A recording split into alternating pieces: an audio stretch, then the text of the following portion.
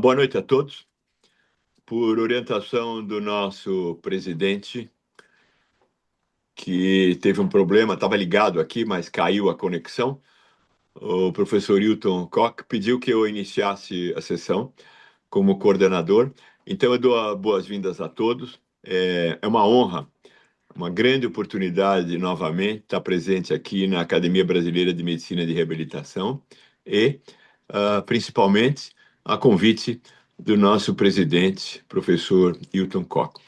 Quando conversamos sobre isso, sobre a liderança do acadêmico Almir Ghiaroni, pensamos em desenvolver um programa que fosse de interesse para o não oftalmologista e tivesse a maior excelência possível.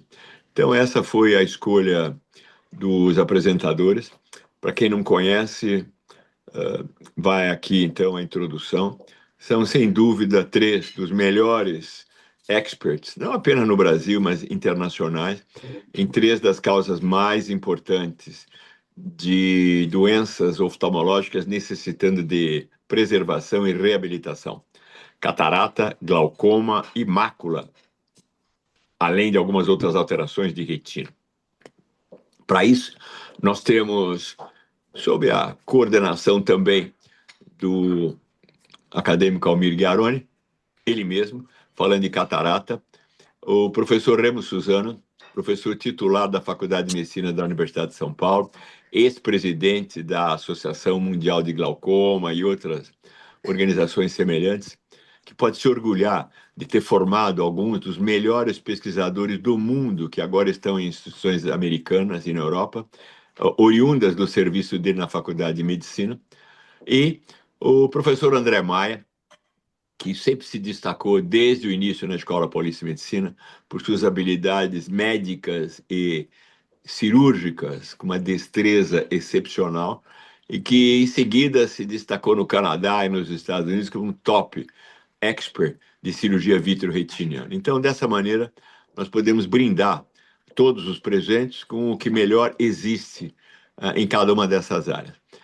Então, não há necessidade de maiores apresentações, e eu passo a palavra ao primeiro aqui do programa, que é o acadêmico, o professor Almir Ghiaroni. O professor Almir Ghiaroni é conhecido de todos como não apenas um excelente cirurgião de catarata, um grande médico, mas também autor de livros de texto e de poesia. No Brasil, eu não sei se já posso dar um spoiler, Almir, também na França. Então, o Almir representa muito mais do que simplesmente catarata, muito mais do que a oftalmologia. E é uma honra para todos nós ter o Almir presente aqui. Vamos lá, Almir, a palavra é tua. Obrigado, Rubinho. É uma honra estar aqui nessa oportunidade, na sua companhia, do Remo e do André. Realmente, estou muito bem acompanhado. Eu vou colocar aqui minha apresentação. Bom, isso eu já falei. Catarata é o nome que a gente dá à opacificação do cristalino, que é uma lente que tem dentro do olho, que comparando o olho a uma máquina de tirar retrato, é a lente da máquina, né? É a estrutura que focaliza os raios luminosos sobre a retina para que a gente possa enxergar de maneira nítida. Então, essa opacificação reduz a entrada de luz nos olhos e causa, consequentemente, diminuição da acuidade visual. E é a maior causa de cegueira reversível em todo o mundo, né? Apesar de todos os esforços que são feitos no Brasil e fora do Brasil, infelizmente, existe um número muito grande de pessoas ainda sem visão por conta de catarata. Não. O registro mais antigo que se conhece sobre a catarata encontra-se em uma escultura existente no Museu do Cairo, datada do século 26 a.C., que mostra uma opacificação monocular do cristalino. Catarata vem do grego, que significa coisa que cai. Na antiguidade, pensava-se que a piora da visão, que ocorre quando o cristalino se opacifica, era causada por uma espécie de véu que cobria lentamente a visão, imitando assim o curso de uma catarata. A catarata pode se manifestar através de diplopia, de alterações cromáticas, de mudanças frequentes na refração. A pessoa tem toda hora que atualizar os óculos, mas não há dúvida de que o grande sintoma da catarata, que a gente mais vê no consultório, é o paciente se queixar da diminuição da acuidade visual. Quanto mais o cristalino é transparente, mais a pupila é escura, né? À medida que o cristalino vai se opacificando, ela tende a ficar amarelada, marrom, como aí, e às vezes chega até em casos que o cristalino fica completamente opacificado, como a gente vê nesse slide. Na maioria dos casos, a catarata progride gradualmente, por vários anos, e a progressão pode variar de um olho para outro na mesma pessoa. Em pessoas mais jovens e nos pacientes diabéticos, a evolução pode ser mais rápida, levando a uma diminuição importante da visão em poucos meses. O cristalino tem várias propriedades, né? Transparência, para que os raios luminosos cheguem até a retina, a propriedade ótica, para formar o foco sobre a retina, anatômica também, porque o cristalino, na anatomia dele, ele divide o olho em duas câmaras, né? A câmara anterior, onde a gente tem o humor aquoso, que é o líquido que circula na parte anterior do olho e que é o responsável pela pressão intraocular, e a parte posterior, o humor vítreo. E não lembrar também da acomodação, né? Que é a propriedade, nas pessoas mais jovens, de variar a refração conforme a necessidade. Então, conseguindo focar, assim, basicamente em qualquer distância. Lembrando que a catarata, ela não diminui, né, o campo de visão da pessoa. Ela diminui a nitidez. A pessoa continua enxergando, mas com menos nitidez, com menos luminosidade, com menos intensidade das cores, né? E como essa diminuição geralmente é gradual, a pessoa geralmente não se dá conta disso. Aqui eu vou deixar para o professor Remo. As causas da catarata são as mais variadas, pode ser medicamentosa, pode ser por substâncias tóxicas, pode ser por doenças metabólicas, trauma, radiações e causas oculares também, né? Alta miopia, uveíte e cirurgia intraocular prévia. Podem ser congênitas, presentes ao nascimento, secundárias, ligadas a fatores oculares ou sistêmicos e relacionadas à idade, né? A incidência após 50 anos é em torno de 17%. E à medida que a gente vai acompanhando, o paciente vai avançando em idade, né? O negócio de falar em idoso hoje em dia é muito complicado. Eu não sei mais quando é que a pessoa é idosa. Eu vejo pessoas aí de 70, de 80, 85 anos, até 90, super ativas, então eu prefiro falar em aumento da idade.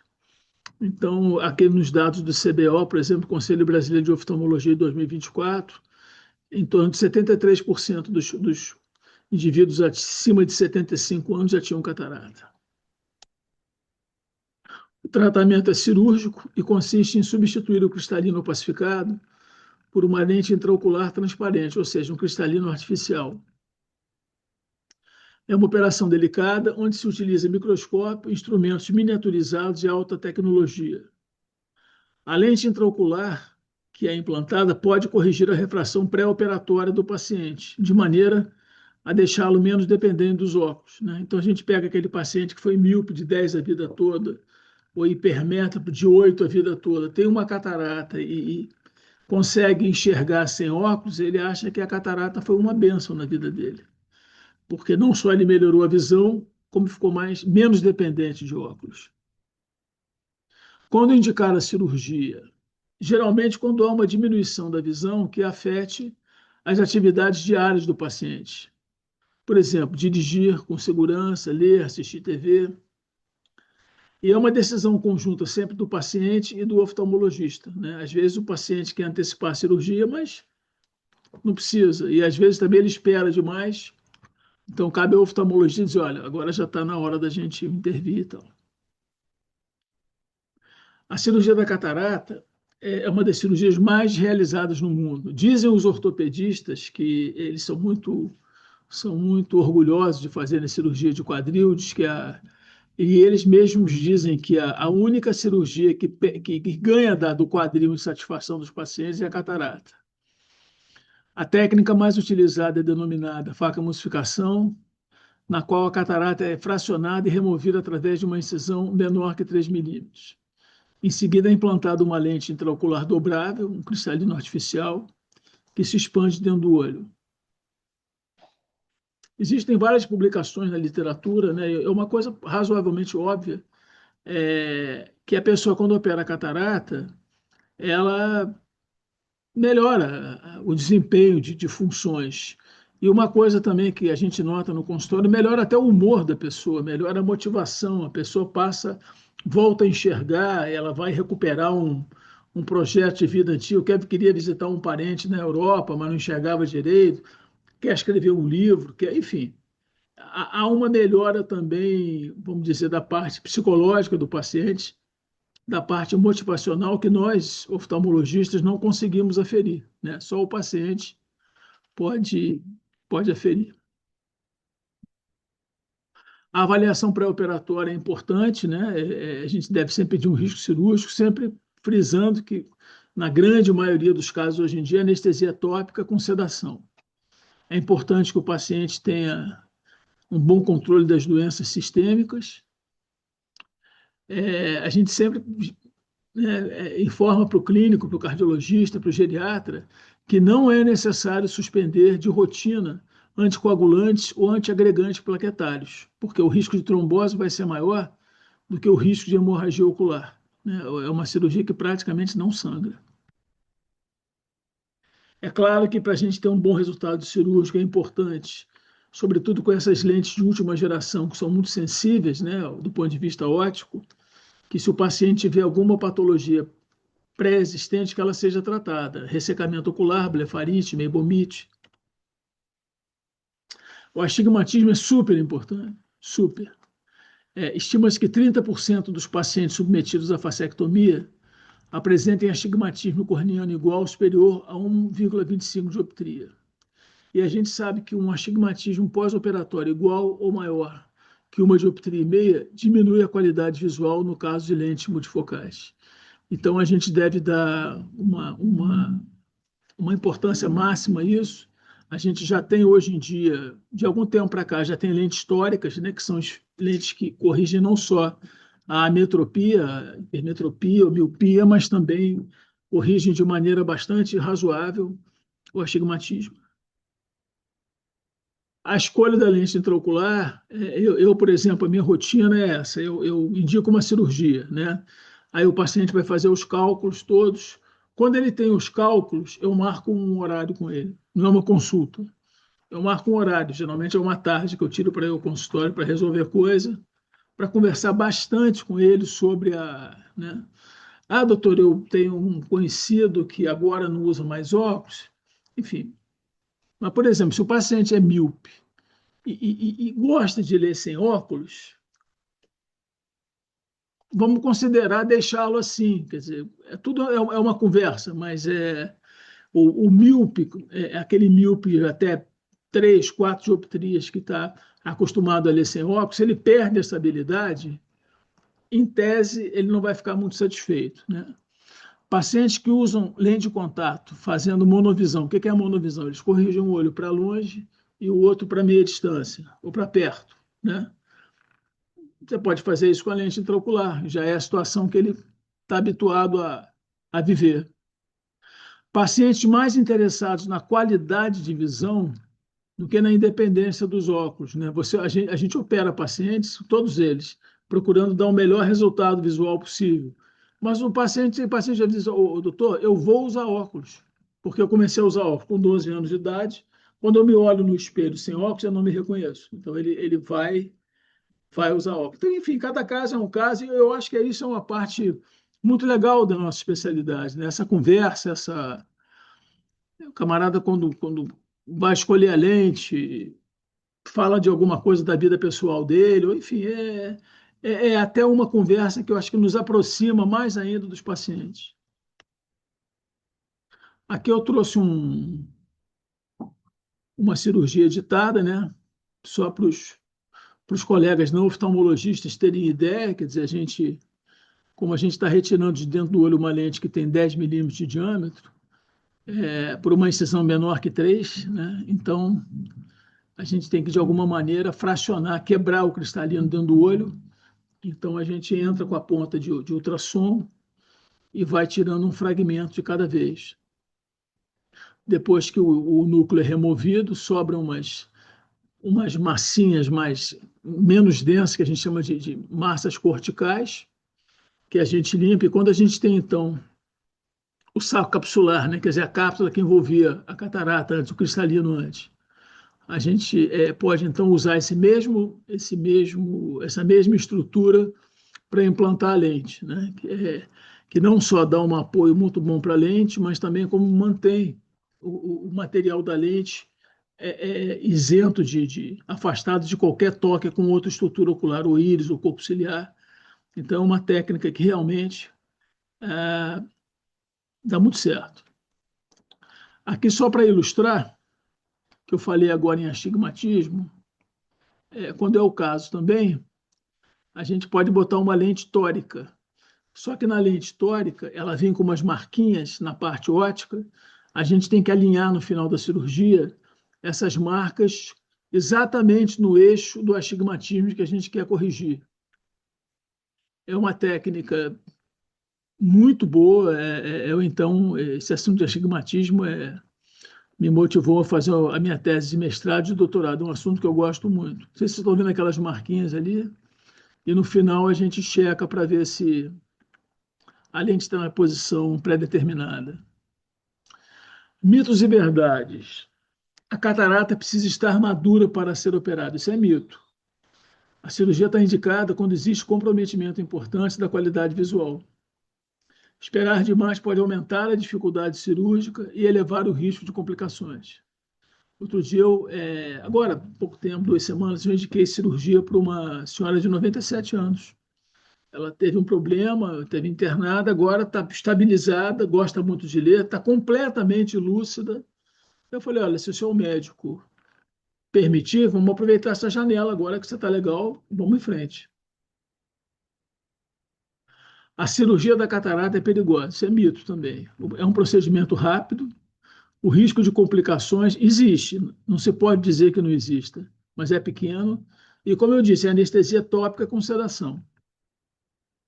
A catarata pode voltar após a cirurgia. Mito. O que pode ocorrer é a opacidade da cápsula posterior, que é uma decorrência esperada da cirurgia. Quando isso ocorre, essa decorrência é facilmente tratada com YAG laser, que é um laser de corte, procedimento rápido, indolor, a pessoa faz de manhã e de tarde, em geral a visão já melhorou. Após a cirurgia, nunca mais precisarei de óculos. Isso é uma meia-verdade. Eu gosto de dizer que as pessoas vão ficar menos dependentes dos óculos, né? As lentes monofocais, por exemplo, se você corrige a visão do paciente para longe, ele vai usar óculos para perto. Se corrige para perto, no caso da miopia, ele vai usar para longe. A gente sabe que quando há uma boa indicação, as lentes multifocais ou lentes de foco estendido vão proporcionar ao paciente uma maior independência dos óculos. Mas isso varia de paciente para paciente. Eu uma vez recebi um telefonema de um paciente meu que foi morar em outro estado, mas eu conheci a família dele toda e tal. Ele me disse, Almir, você pode me dar uma carta, um atestado que eu não preciso de óculos para dirigir? Eu falei, olha, eu nunca te examinei, eu não sei quanto é a tua visão. Não, mas eu operei e botei lentes multifocais. Eu falei, não, não posso, eu não sei quanto é a tua visão. Quando ele veio ao Rio, ele enxergava 50% sem óculos para longe. Por quê? Porque ficou um astigmatismozinho que não foi corrigido. 50% que eu saiba, o Detran não vai aprovar. Eles querem 0,66, né? Até isso também varia, porque geralmente o que o paciente enxerga, ele acha que é mais ou menos o que todo mundo enxerga, né?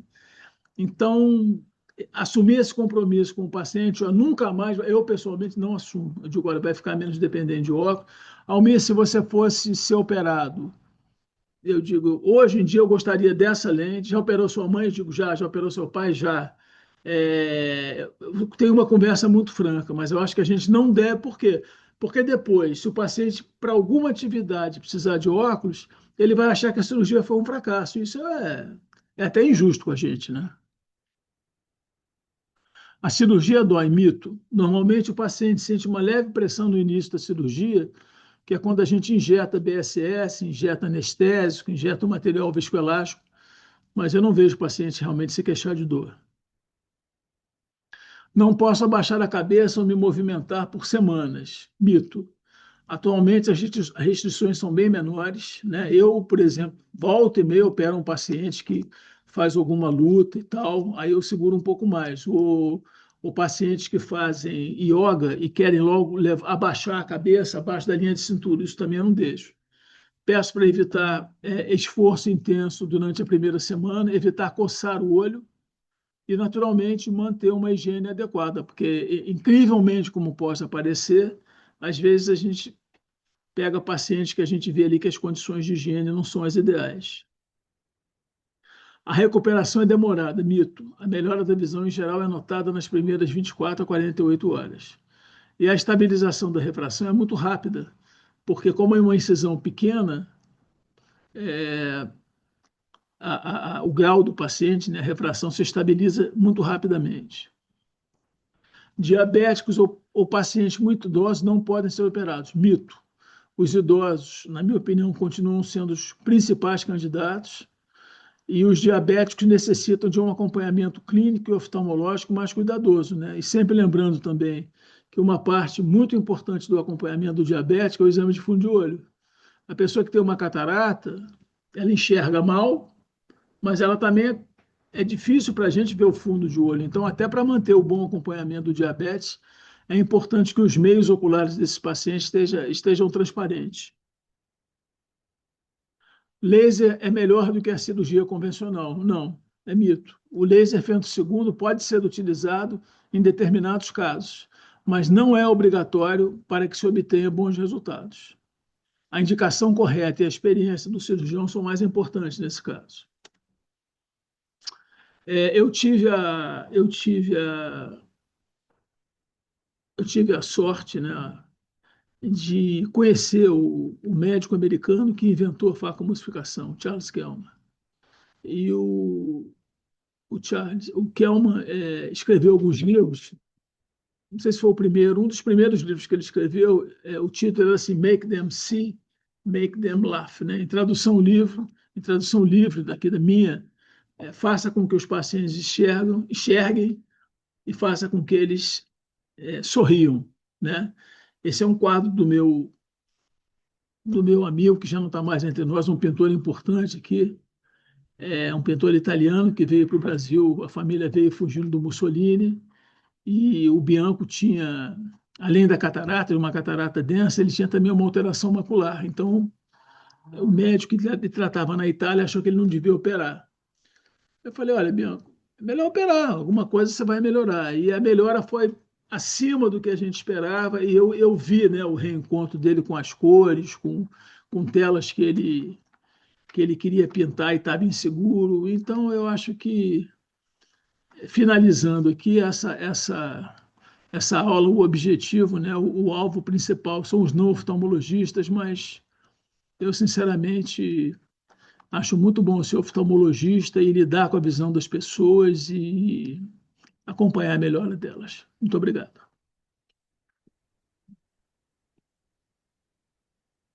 Muito bom, Almir. Não sei se o nosso presidente está ao vivo aqui ou não.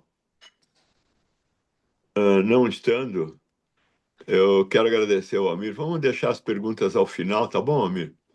Tá ótimo. E passamos então para o professor Remo Suzana, que eu já tive a oportunidade de apresentar no início. Eu queria só lembrar novamente que Remo é um dos maiores especialistas do mundo em glaucoma. Formou alguns dos melhores especialistas da nova geração na Faculdade de Medicina da USP, que agora estão nos Estados Unidos, em grandes posições relacionadas a glaucoma e pesquisa. E eu estou numa situação muito agradável hoje, porque, por coincidência, os três são amigos muito, muito, muito próximos de muitos anos. Então, eu tenho oportunidade de seguir o Remo no dia a dia, apesar de USP, Escola Paulista de Medicina.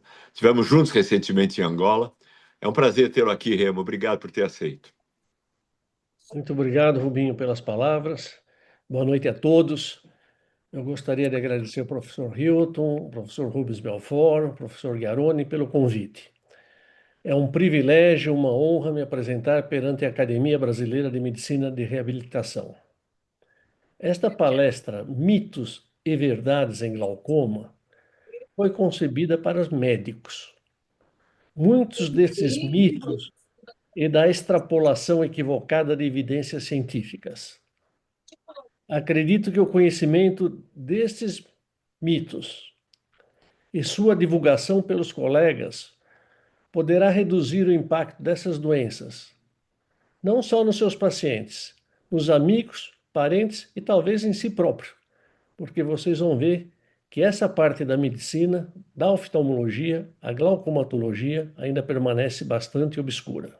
Eu vou aqui dividir a minha tela, compartilhar a minha tela.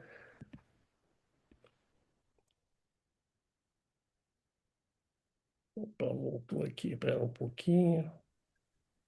Deixa eu só tirar aqui. Um segundinho. Bom, glaucomas, mitos e fatos. Essa palestra é baseada nesse estudo porque as pessoas ainda ficam cegas de glaucoma, que recebeu a recomendação da instituição americana F1000 como um artigo de especial interesse no campo do glaucoma. O glaucoma é uma neuropatia óptica progressiva caracterizado por alterações estruturais do nervo óptico e da camada de fibras nervosas, associada ou não a defeito de campo visual e a pressão intraocular elevada. Muitas vezes eu chego no consultório, médicos perguntando, doutor, mas eu nunca fui diagnosticado de glaucoma e minha pressão sempre foi normal. Vocês vão ver que a pressão normal não exclui a presença de glaucoma. É a principal causa de cegueira irreversível. Enquanto a catarata é reversível, esta é irreversível. 80 milhões de pessoas tinham glaucoma em 2020, 11 milhões cegos dos dois olhos, 20 milhões cegos de um olho, e a forma mais comum de glaucoma, tem mais de 25 tipos de glaucoma, é silenciosa, é assintomático até nos estadios mais avançados. E glaucoma não tem cura, mas pode ser controlado. Basicamente, a pressão aumenta dentro do olho e comprime o nervo óptico, levando à destruição da comunicação entre o olho e o cérebro. Aqui, para vocês terem uma ideia do olho normal, do nervo óptico normal, como se fosse um abacate. Tem a casca do abacate e a polpa do abacate. Num estado final de glaucoma, veja que a polpa, ou seja, a rima nervosa, desaparece, só fica a casquinha. E o que acontece no campo visual? Tão falado campo visual, que é um teste bastante rudimentar, mas que é usado até para classificar o glaucoma. Vocês podem ter um campo visual absolutamente normal e ter perdido 224 mil células ganglionares de 973 mil que vocês têm. E não percebe absolutamente nada, é um campo normal. O glaucoma evolui roubando geralmente a parte superior, 550 mil células perdidas, e o paciente não sente nada. Depois ele, como numa guerra, ele cerca o inimigo, que não é inimigo, é a visão, em cima e embaixo, perdendo 696 mil células ganglionares, 973 mil que tem. E o paciente não percebe, só vai perceber que está perdendo a visão ou perdendo o campo de visão quando chegar naquilo que o Almir mostrou rapidinho, um campo bem tubular, só o centrinho de visão. Vejam como a doença é traiçoeira, ele rouba quase 70%, 80% do seu nervo para você, como paciente, perceber que tem alguma coisa errada. O conceito que eu falei no começo, pressão intraocular, não é necessária para o diagnóstico de glaucoma. Não acreditem que vocês precisam ter pressão alta para ter glaucoma. Vocês podem ter glaucoma de pressão baixa e eu vou mostrar por quê. Porque a medida de pressão depende da biomecânica da córnea. Se a córnea é fina ou espessa, muda a medida de pressão. A pressão flutua enormemente, principalmente em pacientes com glaucoma durante o dia. Pode variar até 10 milímetros em 3 horas. E o dano causada pela pressão varia. Tem pacientes que têm pressão alta e não têm glaucoma, porque o nervo resiste a essa pressão. E pacientes com pressão baixa e com glaucoma. Portanto, não dá para fazer o diagnóstico pelo glaucoma. O diagnóstico é feito por um desses sinais de glaucoma. Tendo um ou vários sinais de glaucoma, você praticamente faz o diagnóstico de glaucoma ou suspeita do glaucoma. E daí você complementa o exame, o diagnóstico, com a tomografia de coerência óptica e o teste de campo visual. Mas esses sinais são suficientes para detectar 90% dos glaucomas, fazer o diagnóstico. Agora comecem a se preocupar. É o status quo do glaucoma hoje em dia. O que a ciência fala do glaucoma? John Hopkins, 2018.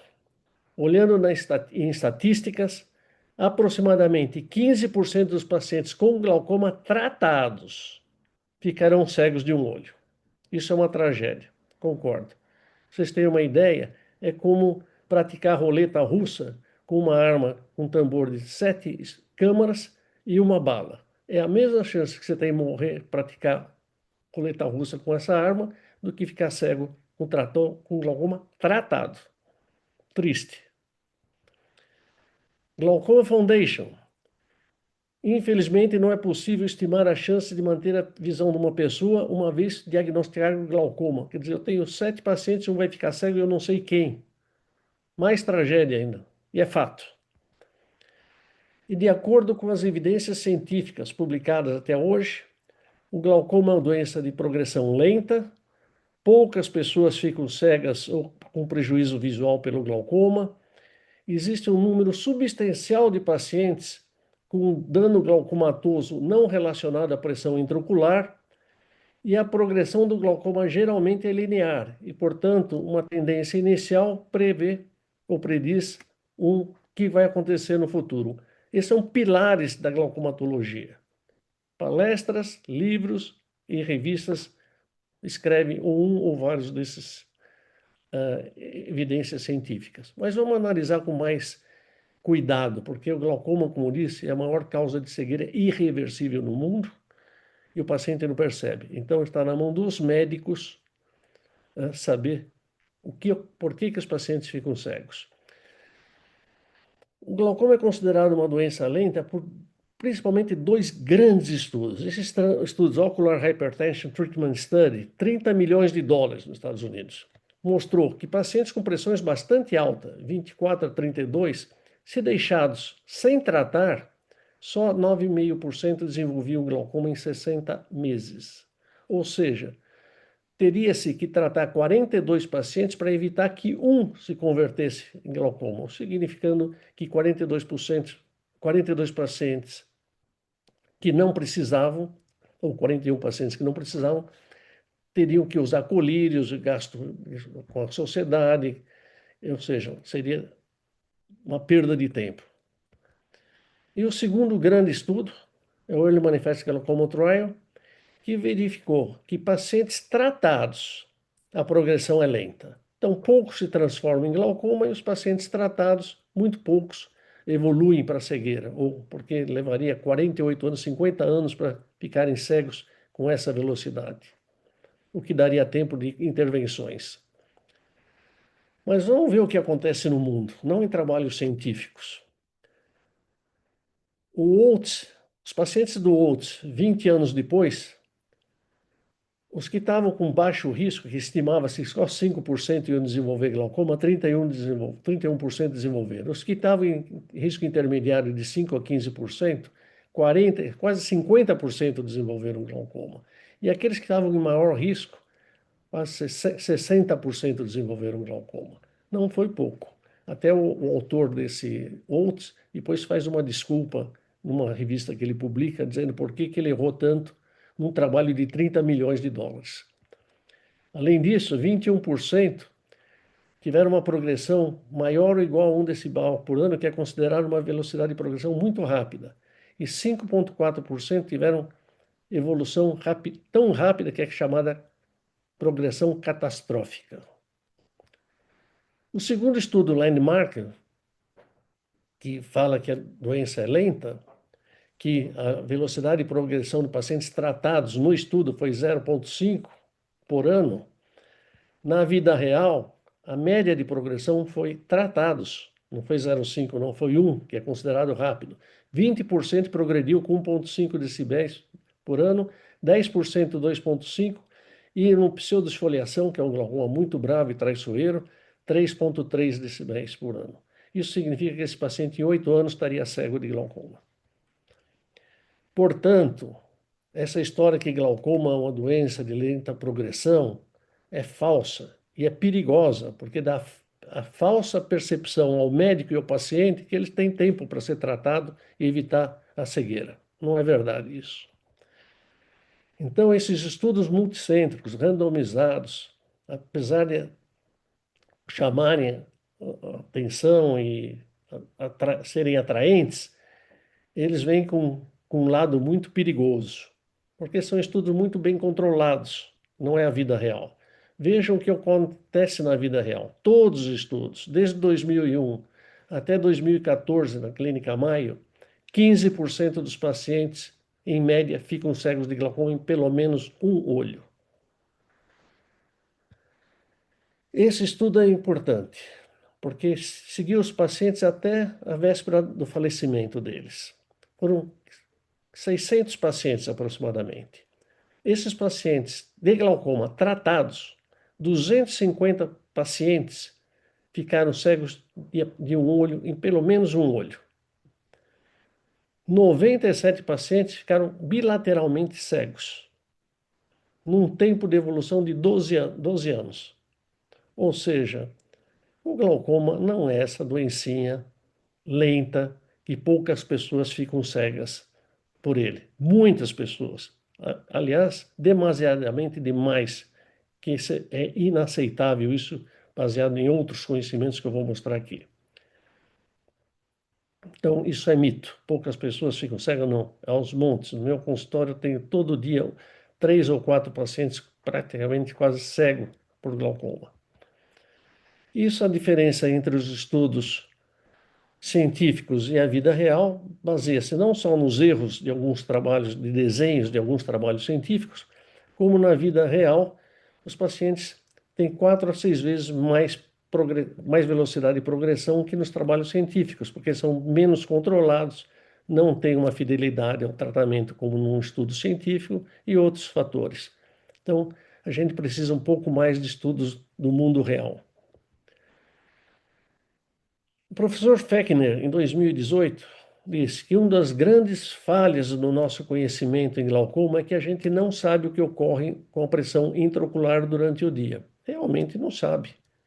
Ela flutua, a gente mede com um aparelho que depende da biomecânica da córnea, vários fatores. O professor Robert Weinreb, no simpósio do ano passado no CIMASP, na Escola Paulista de Medicina, ele escreve: não é um absurdo que hoje decisões clínicas são frequentemente feitas com uma simples medida de pressão intraocular obtida durante uma visita no consultório? Fato. O professor Robert Weinreb está absolutamente certo. Mas o que nós estamos fazendo para evitar ou acabar com esse absurdo? Vocês vão ver que muito pouco. O pico de pressão é o fator mais importante na progressão do glaucoma. E, paradoxalmente, raramente é avaliado. Tem mais de 15 trabalhos mostrando isso, todos, um concorda com o outro, e aqui o trabalho do Varma, que sumariza mais ou menos o pensamento dos autores dos vários outros trabalhos. Pico de pressão é o que danifica o nervo óptico, o mais importante. Para vocês terem uma ideia, alguns colegas estudaram a pressão 24 horas, medindo de 2 em 2 horas, de 3 em 3 horas a pressão durante 24 horas. 62% desses pacientes tiveram picos de pressão muito mais altos, até 12 milímetros mais alto, que é medido no consultório, o que levou a uma mudança imediata de tratamento em 36% dos pacientes. Só a detecção do pico já mudou 36% da conduta dos pacientes que estavam sendo tratados. Mas medir de 24 horas é quase impossível. Tem que se internar o paciente, ou se na casa do paciente. Quem atende 30, 40 pacientes de glaucoma por dia, isso fica inviável. Mas tem um teste de sobrecarga hídrica, segundo o professor Reza, da Filadélfia, é um dos testes mais fácil, mais barato para estimar o pico de pressão na prática clínica. Tem até um trabalho aqui do IAP, do Imperial College de Londres, ganhou o maior prêmio do ano de 2024 naquela instituição, por ter feito esse trabalho, mostrando que todos os outros já tinham feito, mas foi feito no Imperial College de Londres, a importância do teste de sobrecarga hídrica. E o teste de sobrecarga hídrica foi aprovado pelo National Health Service, que seria o SUS da Inglaterra, para ver se você está em risco de desenvolver a doença, se você precisa baixar a pressão, se você necessita mudar o tratamento ou se teria benefício fazer um laser ou cirurgia. Vejam, para todos os aspectos do tratamento, esse teste é importante, não pelo teste em si, mas sim pelo que ele detecta, o pico de pressão. É tão fácil, bebe-se 800 ml de água em 5 minutos e mede-se a pressão 15, 30 e 45 minutos. A pressão mais alta corresponde ao pico e vários estudos mostram que essa pressão mais alta do teste de sobrecarga hídrica tem um bom agreement, tem uma boa concordância com o pico das 24 horas. Mas, a despeito de sua grande importância clínica e das inúmeras evidências científicas, esse teste não é usado rotineiramente em glaucoma e a principal barreira, acredite ou não, é a falta de tempo dos colegas fazerem esse teste. Como vocês podem ver aqui, o professor do Moorfields, que ele diz que realisticamente ele não tem tempo para medir a pressão 4 vezes, e ele sugere que seria melhor medir entre 30 e 45 ou 20 e 40 minutos. Ele me pergunta, é melhor entre 20 e 40 minutos. E o professor Pradip, de John Hopkins, ele aluga um aparelho de medir pressão em casa e o paciente faz em casa e dessa forma leva o resultado para ele. Vejam que o tempo é o fator decisivo para que esse teste, que detecta o fator mais importante para a progressão da doença, seja feito. Um grupo de Israel, 2025, publicou agora, dizendo novamente que não é frequentemente usado, apesar da sua grande importância, por falta de tempo. E eles estudaram e viram que, medindo 30 minutos depois da ingestão de água, é bastante reproduzível e detecta o pico em 70% dos casos. Então, antes de medir a pressão, pede para o paciente beber água, 800 ml de água, em 5 minutos, 30 minutos depois mede só uma pressão.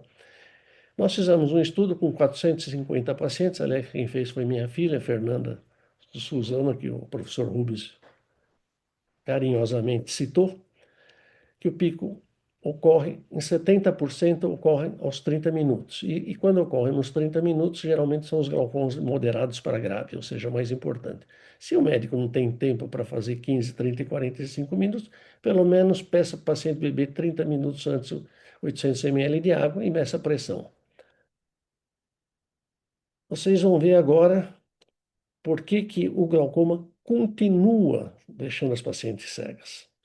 Professor no Monte Sinai, Nova York, Congresso Mundial de Glaucoma 2021, fechamento, simpósio presidencial. A maioria das vezes nós não sabemos o que está causando a progressão do glaucoma. Meu Deus, se eu não sei o que está causando a progressão do glaucoma, como é que eu vou parar? Não é à toa que 20% dos pacientes ficam cegos em menos de 20 anos. E agora vocês vão ter a resposta disso, por que não se sabe?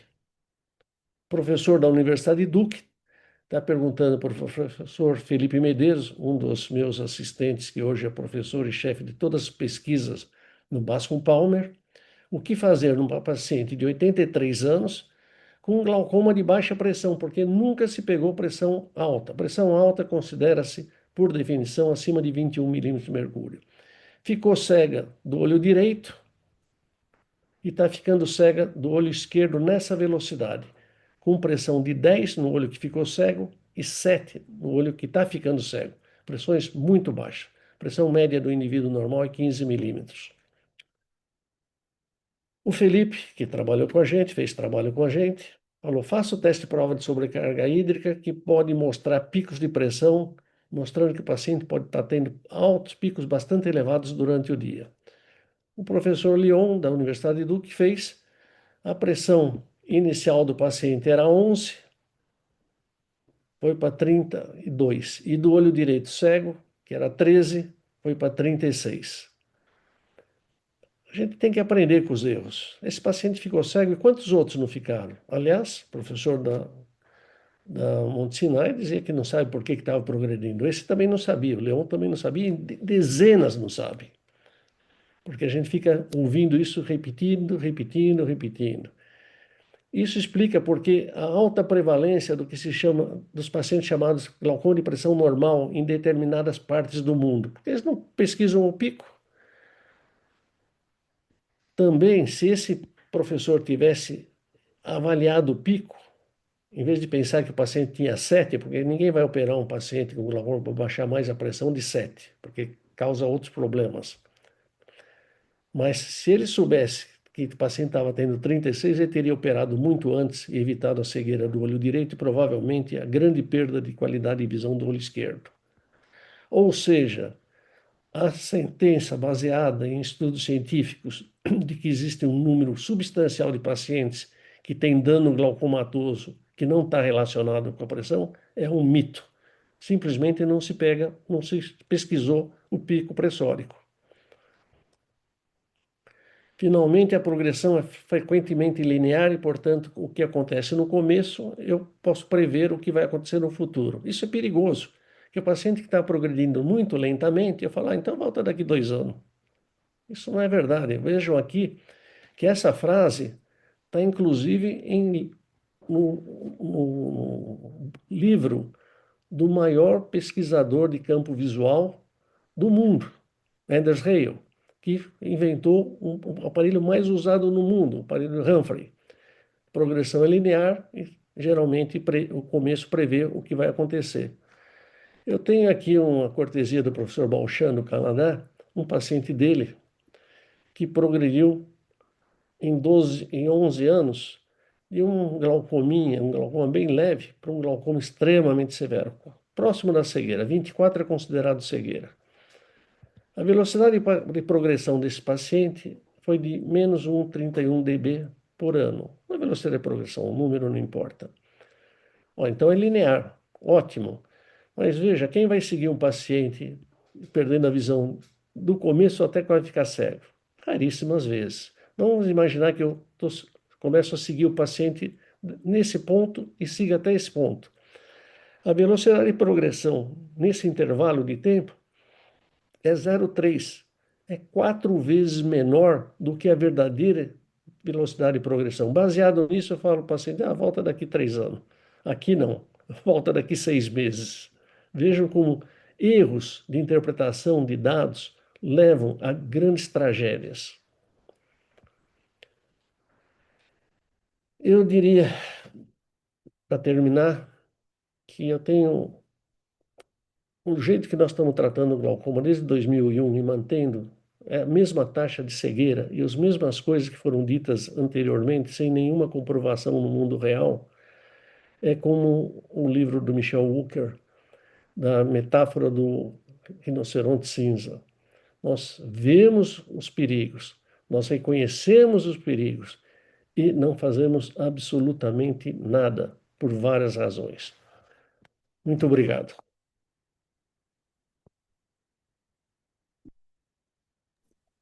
Muito bom, Remo. Muitíssimo obrigado. Prazer ter você aqui. Vamos continuar. Não sei o que aconteceu com o meu vídeo aqui. Peraí. Alô, vamos continuar a apresentação, então. Passamos para o André Maia, deixamos as perguntas para o final. Tem algumas perguntas já que me foram repassadas aqui. Vai ter oportunidade da gente discutir legal. Bom, passamos então ao professor Dr. André Maia. Já fiz a apresentação inicial dele também, sem dúvida, um dos maiores cirurgiões de retina e vítreo, mais do que da América Latina, das Américas, do mundo, devido acostumado a dar cirurgia ao vivo no Oriente Médio, na Europa, e está no Canadá agora. Ele é um grande orientador da pós-graduação nossa na Escola Paulista de Medicina, e eu tenho certeza que ele vai abordar muito bem essa questão das maculopatias e outras doenças de retina, e as perspectivas de mitos e realidade. Obrigado, André. Obrigado, Rubinho. É um prazer estar com vocês aqui. Professor Botou Wilton, é um até o prazer. paletó, hein? Boa, lógico, porque está todo mundo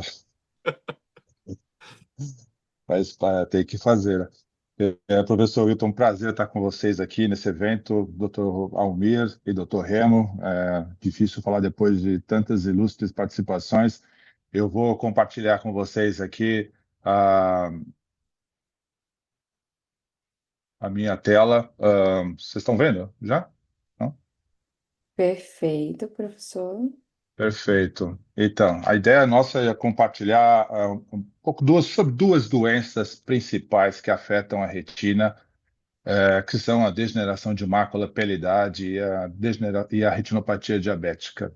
Essas são as principais causas de baixa de visão que estão associadas a alterações retinianas. E a degeneração de mácula, pele-idade, ela sofreu, nos últimos anos, um avanço significativo no que se fala a tratamento. Se há pouco tempo atrás a gente via os pacientes perderem a visão de forma irreversível, isso até, aliás, por coincidência, até em 2006, nós estamos falando aí praticamente em 20 anos atrás, quando lançaram os antiangiogênicos, foi exatamente num desse congresso da Sociedade Americana de Retina in Vitro, que foi sediado em Montreal. Então, nós estamos fazendo praticamente 20 anos da introdução do uso de antiangiogênicos para o tratamento da degeneração de mácula pela idade na sua forma exudativa.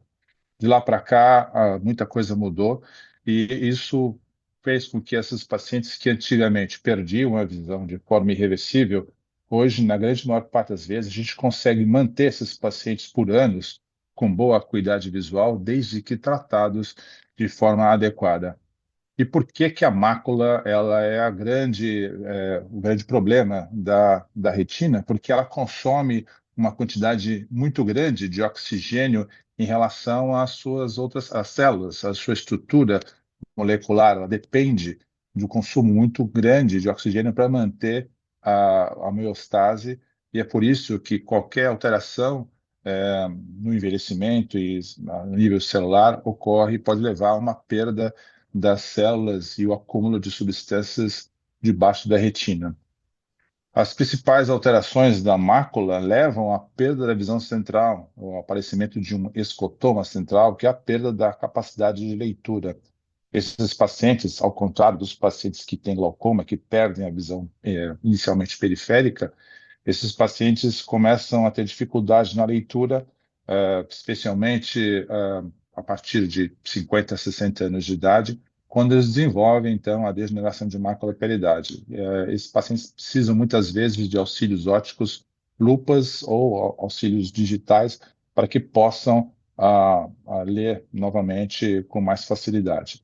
Eventualmente, algumas doenças da retina também podem levar à perda da visão periférica, especialmente no campo da retina, as doenças degenerativas, como a retinose pigmentar, que vai lentamente provocando uma perda da visão periférica. O paciente muitas vezes tem 20 de visão, e assim como pacientes que têm glaucoma, eles têm dificuldade de deambulação pela perda da visão periférica. De qualquer forma, a degeneração de mácula pela idade não leva ao que a gente chama de cegueira total. A grande maioria dos pacientes mantém a visão periférica, fazendo com que eles consigam desenvolver as atividades sociais do dia a dia sem muita dificuldade. E por que que ocorre esse envelhecimento da mácula? Bom, principalmente ocorre uma falha da reciclagem das células, ocorre o acúmulo de material no metabolismo das células, que se ocorre debaixo da retina, por excesso de estresse oxidativo, a luz constantemente focada na mácula durante anos faz com que essas células sejam afetadas de forma muitas vezes irreversível. Há uma ativação crônica do sistema inflamatório, especialmente do sistema de complemento, fazendo que ocorra, então, o aparecimento de alterações da retina, tanto na degeneração de mácula na sua forma seca, que significa a atrofia da célula e o aparecimento de drusas, quanto na forma exudativa ou molhada, que é caracterizada pelo aparecimento de vasos sanguíneos debaixo da retina, levando, então, à perda da visão central. As drusas são o início da degeneração de mácula na sua forma seca, é o principal achado dessa doença. Ela pode ser inicial quando há aparecimento de pequenas drusas, mas à medida que a doença avança, a gente vê o aumento da quantidade de drusas, e essas drusas passam a se chamar moles ou duras, e com isso aumenta progressivamente o risco de perda de visão. Eventualmente, algum desses pacientes começa a apresentar também atrofia da retina, que é a degeneração de mácula na forma seca, e eventualmente aparecimento de vasos sanguíneos debaixo da retina. É muito importante que esses pacientes, antes de serem operados, submetidos a um procedimento cirúrgico, como a cirurgia de catarata ou cirurgia refrativa, que eles realizem a avaliação da retina de forma minuciosa, e o OCT, a tomografia de coerência óptica, é fundamental para o diagnóstico adequado dessa doença de forma precoce. Então, a degeneração ela pode se manifestar de duas formas: a seca, que é a principal forma dessa doença, que afeta cerca de 80% a 90% dos pacientes com degeneração de mácula pela idade, ou a forma exudativa, que é caracterizada pela presença de água, edema, eventualmente sangue debaixo da retina, que corresponde a cerca de 10% a 15% do total de pacientes. Esses pacientes, quando apresentam a forma exudativa, devem ser tratados com antiangiogênico de prontidão, e o tratamento ele deve seguir de forma constante para evitar que ocorra a perda progressiva da visão. Constante no que se refere aos intervalos. Os intervalos devem ser, no mínimo, a cada 2 ou 3 meses, com o objetivo de diminuir a possibilidade de haver uma recidiva da doença. E muitas vezes esses pacientes são tratados por anos, de forma ininterrupta. Não apenas no tratamento inicial, por 2 ou 3 vezes, mas ao contrário. Muitos desses pacientes devem ser tratados continuamente. Eu tenho vários pacientes que eu já faço tratamento há cerca de 10 ou 15 anos, de forma contínua, e eles mantêm boa qualidade visual, desde que você não perca o acompanhamento que deve ser feito de forma regular. Os principais sintomas que esses pacientes apresentam são alterações visuais na capacidade de leitura, aparecimento de manchas, os que a gente chama de escotomas na parte central da visão, mas muitos pacientes começam também a enxergar as linhas tortas, o que a gente chama de metamorfopsia. Ao invés de ler as linhas são retas, eles começam a enxergar essas linhas retas como se fossem onduladas. Muitas vezes os objetos também são vistos de forma diferente, de tamanhos diferentes, o que denota o comprometimento da mácula na parte central. E, inicialmente, com a degeneração de mácula na forma seca, o que eles percebem também é cegueira noturna, dificuldade de enxergar à noite devido às alterações anatômicas funcionais da retina. Muito importante que esses pacientes, quando são avaliados pelo oftalmologista, mesmo pelo clínico geral, que eles realizem o que a gente chama de autoavaliação com tela de Amsler. Os médicos oftalmologistas, o próprio paciente em casa, ele pode observar uma tela quadriculada, como é que vocês estão vendo aqui na imagem, e olhando para o centro dessa imagem, as linhas elas devem parecer absolutamente retas. Mas, eventualmente, quando ocorre um comprometimento da mácula, os pacientes começam a enxergar essas linhas retas como se elas fossem tortas.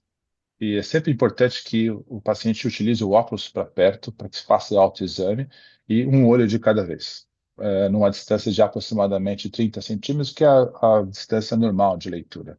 Eu costumo dar para meus pacientes um ímã de geladeira com essas telas de Amsler, para que eles colhem a geladeira e não esqueçam numa gaveta ou alguma escrivaninha, essa tela de Amsler, que aí seria absolutamente inútil. Mas, à medida que eles colocam aquilo na geladeira, toda vez que eles vão abrir a geladeira, eles vão lembrar daquilo e eles fazem o teste. Então, essa é uma dica que é importante para diminuir a possibilidade de perda de visão. Uma vez que você faz o diagnóstico de forma precoce e você trata precocemente, você salva a visão dos pacientes.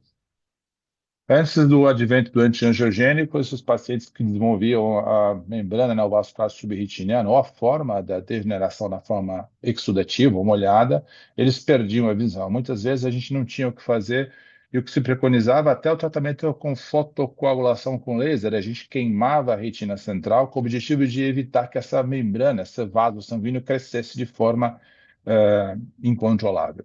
Mas hoje, com o advento de antiangiogênico, aí que a gente fala de todos os antiangiogênicos disponíveis, desde os mais acessíveis, que é o bevacizumab, até os mais recentes, que é o faricimab, o aflibercept, devem ser feitas aplicações de forma contínua para que a gente não perca a visão central desses pacientes.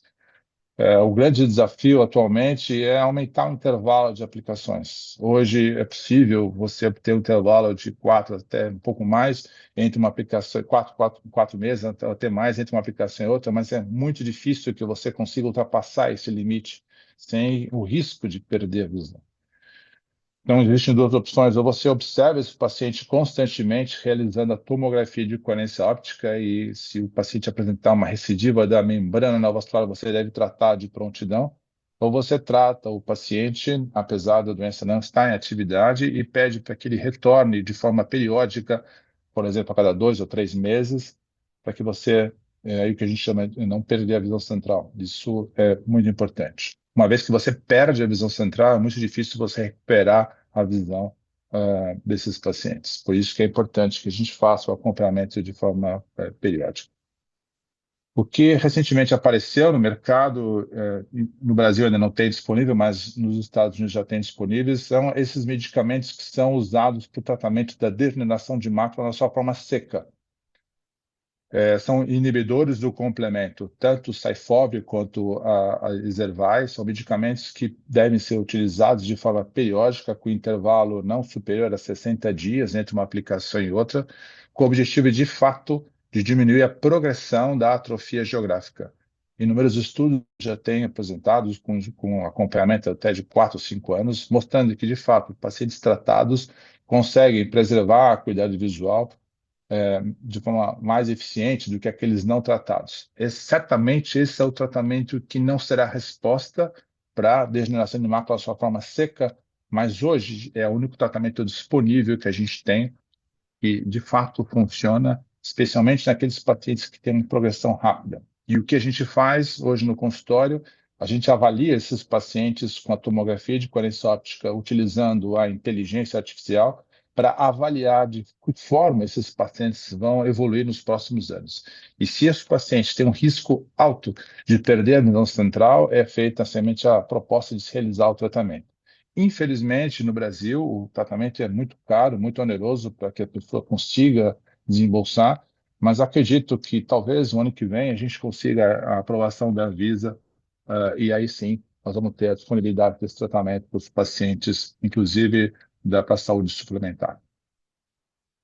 É importante frisar que esses tratamentos com inibidores do complemento não melhoram a acuidade visual dos pacientes, mas eles diminuem a progressão da doença. Existe um custo muito elevado para o sistema de saúde, então é importante que seja avaliado de forma muito criteriosa, avaliando realmente riscos e benefícios, e conversar muito com o paciente para ver se realmente tem vantagens com o uso desses medicamentos.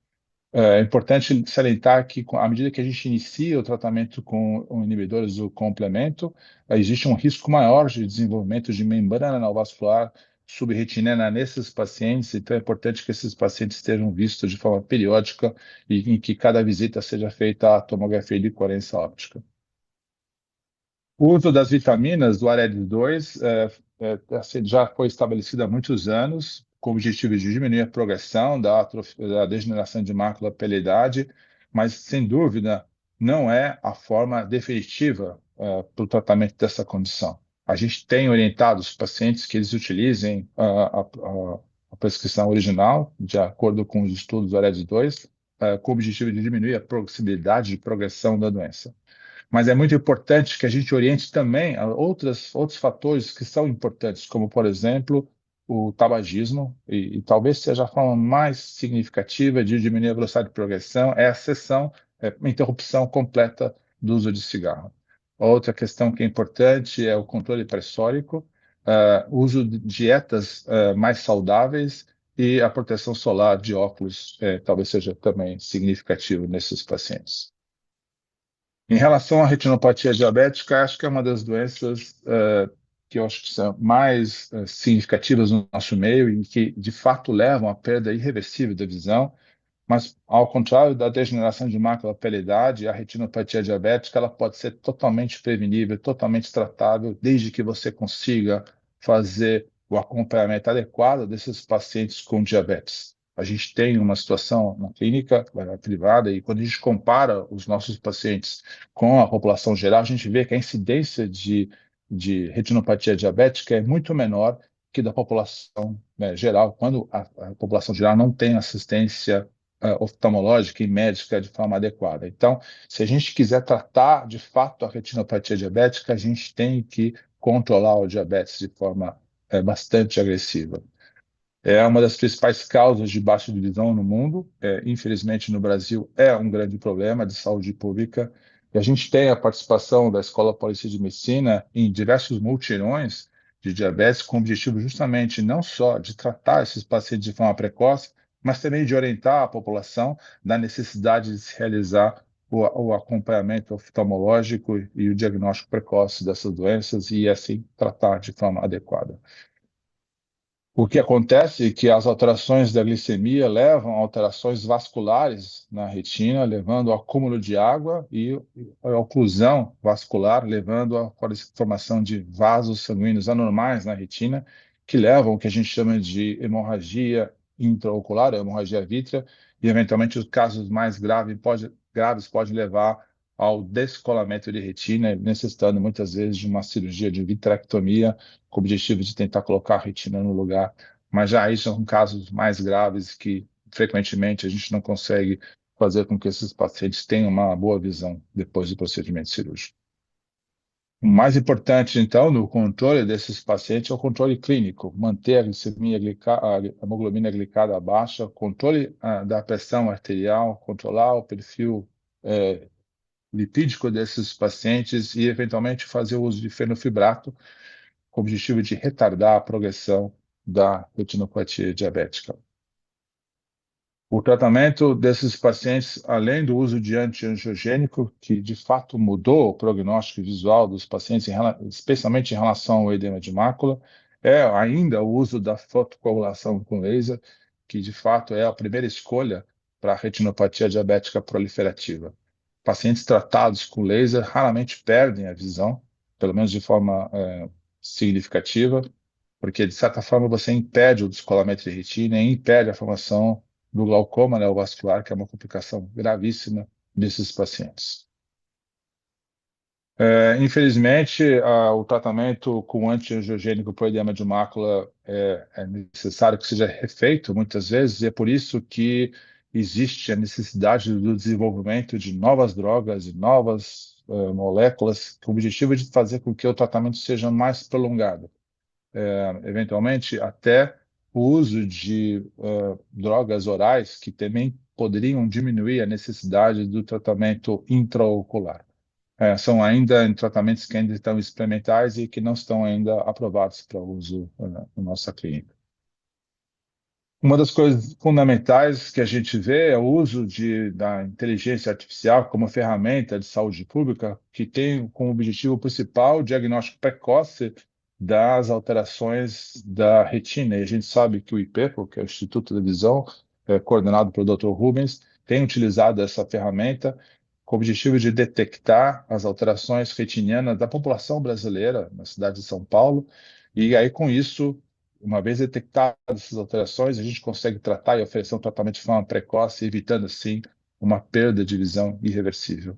E a gente tem uma empresa brasileira, que é a Ayer, que disponibiliza um equipamento de baixo custo, e com esse equipamento já tem um sistema de inteligência artificial que consegue ajudar o médico generalista, não necessariamente especialista em retina, a fazer o diagnóstico precoce dessas alterações e oferecer o tratamento mais adequado para os pacientes. Então, o mais importante é que a gente consiga fazer o diagnóstico precoce, e o uso da inteligência artificial é apenas uma triagem, ela não é uma decisão terapêutica, depende muito da qualidade da imagem, depende dos equipamentos utilizados.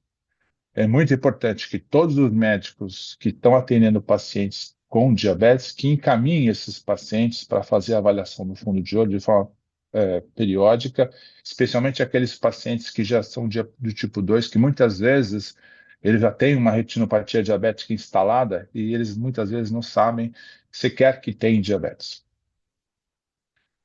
E, por fim, é importante falar sobre a reabilitação visual desses pacientes. Serviços públicos têm oferecido em São Paulo e, acredito, em várias cidades do Brasil, serviços de reabilitação visual, talvez não de maneira suficiente, mas existem vários serviços que oferecem esses serviços de reabilitação visual para pacientes com baixa de acuidade visual, tanto com auxílio de auxílios ópticos, lupas, por exemplo, como também auxílios digitais, como é o que vocês estão vendo aí, que são lupas eletrônicas que ajudam o paciente a ler.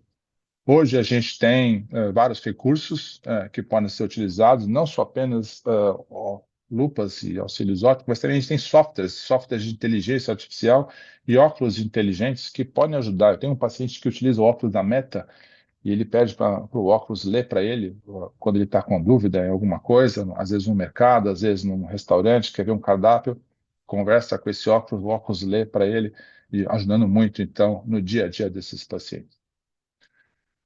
É importante, no final da sessão, que a gente saia com 3 conceitos básicos. Primeiro, que os pacientes que têm qualquer alteração na visão central, que eles sejam avaliados de forma emergencial por um médico especializado, com o objetivo de detectar alterações que sejam tratáveis de forma precoce, com o objetivo de diminuir a possibilidade de perda irreversível da visão.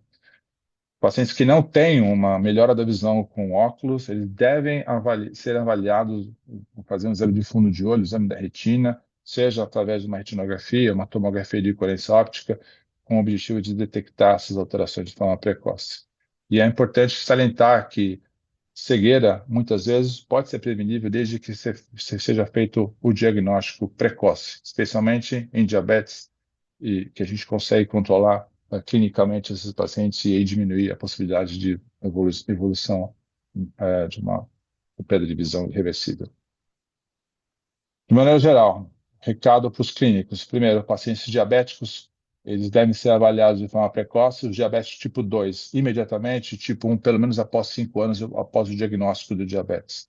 Qualquer paciente com metamorfopsia, visão torta, que ele seja encaminhado para o médico especialista em retina de forma emergencial, para que ele possa fazer o diagnóstico de forma precoce das alterações. Qualquer alteração na visão central que não melhorar com óculos necessita avaliação ou através de um fundo de olho ou uma tomografia de coerência óptica. A degeneração de mácula, na fase inicial, ela pode ser diagnosticada em casa mesmo, com o uso de uma tela de Amsler, semanal ou mensal, e eventualmente a avaliação do fundo de olho com tomografia de coerência óptica em OCT. E uma perda de visual súbita em paciente diabético é uma urgência, pode ser devido a uma hemorragia vítreo ou um descolamento de retina, e quando tratado de forma precoce, pode salvar a visão desses pacientes. Muito obrigado. Obrigado, André. Acho que todas as palestras foram excelentes e eu não sei se alguém quer fazer uso do chat ou gostaria de fazer algum comentário aqui. Tem uma pergunta que apareceu aqui, André. A tua apresentação foi excelente, mas eu recebi um WhatsApp aqui a respeito da biofotomodulação. Talvez fosse interessante você contar para os não oftalmologistas a respeito dessa luz mágica.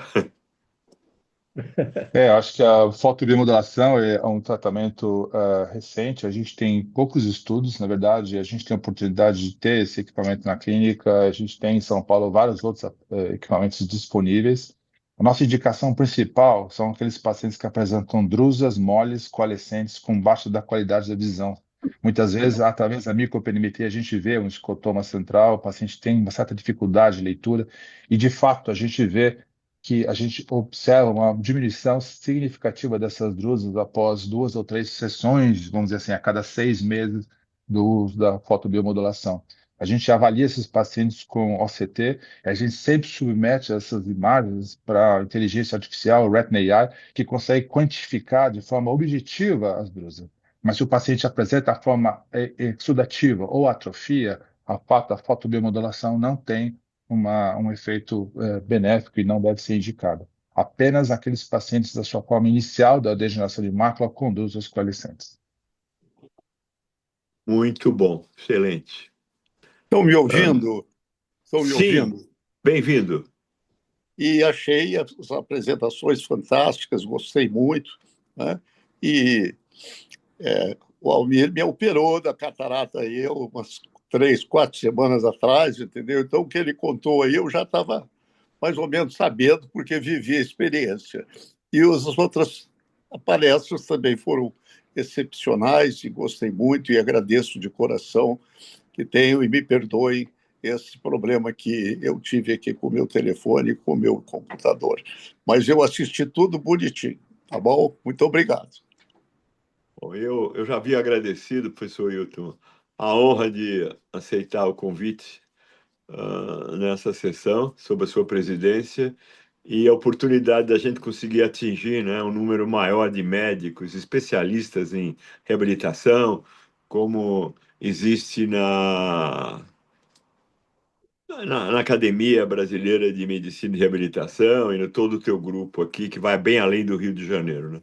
Eu acho que a reunião foi muito interessante, porque como você Uhum. viu, cobriu assim glaucoma, retina, mácula, a retinopatia diabética e também a catarata, tratando de mostrar a necessidade cada vez maior da comunicação, né, entre diferentes especialistas em benefício dos pacientes. Claro que o conhecimento cada vez acumula mais, no entanto, é importante a gente conseguir filtrar aquilo que precisa. Tem uma pergunta para o Remo, não sei se o Remo está acompanhando o chat, Remo. Tem Ah, uma deixa eu tem uma ver. pergunta para você. Ah, Doutor Remo, o senhor acha que tratamento precoce com laser e cirurgias minimamente invasivas representam um novo paradigma no tratamento do glaucoma? Sim, é um novo paradigma. E você precisa saber muito bem em quem indicar, porque uma das coisas que eu mais contesto é muito cuidado com o que se chama glaucoma inicial. E eu brinco com os americanos, porque eles entendem bem. Você tem 900 mil dólares para viver o resto da sua vida. Você perde 350 mil dólares. Você acha isso uma perda inicial leve? Eu não acho. Eu acho que eu perder um terço do que eu tenho, já perdi bastante. É uma perda muito grave. Então, às vezes, esses tratamentos, o MIGS, por exemplo, ele baixa pouco a pressão. Ele não baixa muito. Ele pode retardar a doença, mas dificilmente ele vai parar a doença. Ele pode substituir um colírio? Sim, sem dúvida nenhuma, principalmente para pacientes que têm problemas de efeitos colaterais ou não aceitam o colírio, como o laser. O laser é uma boa opção, principalmente na medicina social, porque evita que o paciente gaste dinheiro, ele é efetivo nos casos iniciais, ele não necessita da fidelidade ao tratamento e vários trabalhos mostram que no glaucoma inicial ele é muito efetivo e valeria a pena começar no SUS nos glaucomas bem iniciais, mas não de forma generalizada. Isso não é uma mudança para os MIGs não são, com exceção, por exemplo, do PreserFlow e do Zen, não são para glaucomas moderados, são para glaucomas iniciais ou pré-clínicos e tem que seguir muito de perto isso. Infelizmente, eu tenho muitos pacientes no consultório com glaucoma extremamente avançado que fizeram MIGS, perderam tempo, o paciente perdeu dinheiro e está ficando quase cego. Então, é questão de estudar melhor, quer dizer, o médico tem que estudar melhor e indicar de forma correta. Mas sim, é uma mudança, são oportunidades novas de tratamento.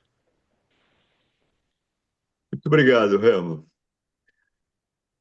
Uhum. Almir, também tua apresentação foi excelente. Você tocou nesse assunto também. Talvez você pudesse falar um pouco da questão da facorrefrativa. Quais são assim as indicações principais e os cuidados que tem que tomar antes de apresentar esta opção, né, de retirar um cristalino praticamente transparente com a promessa de evitar os óculos para sempre o resto da vida, para longe e para perto dos dois olhos, né? Só falta dizer que não vai Rubinho, ter nem glaucoma nem degeneração macular. Almir, quando quase todo dia eu falo isso no consultório. Tem três pacientes que são mais sujeitos a apresentar descolamento de retina. Quem tem um comprimento axial acima de 25, 26 milímetros, quem já teve uma lesão predisponente, quem já operou de catarata.